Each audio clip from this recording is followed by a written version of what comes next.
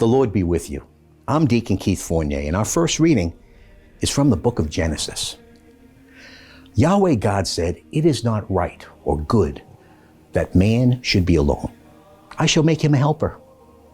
So from the soil, Yahweh God fashioned all the wild animals and all the birds of heaven.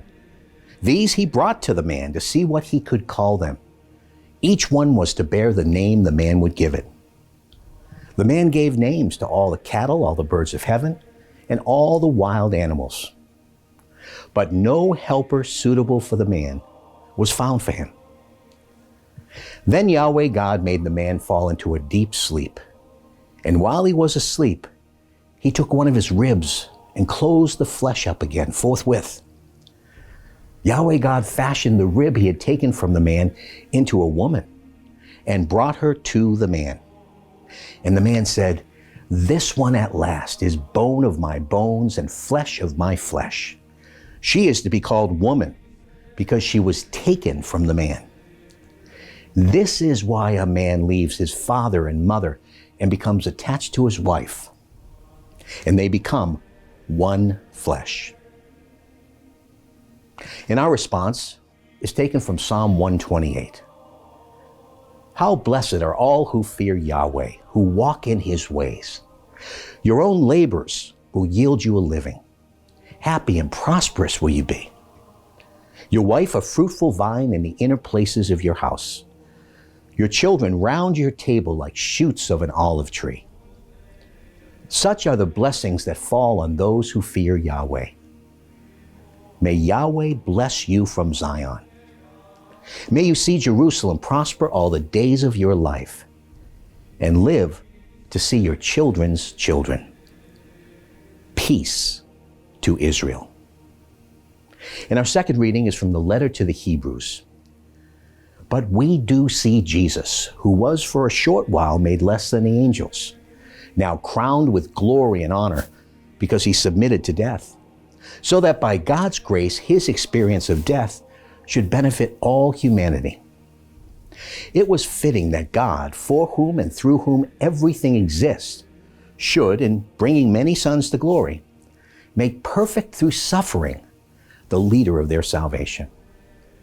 For consecrator and consecrated are all of the same stock. That is why he is not ashamed to call them brothers. In a reading from the Holy Gospel according to St. Mark. Some Pharisees approached Jesus and asked, "Is it lawful for a man to divorce his wife?" They were putting him to the test.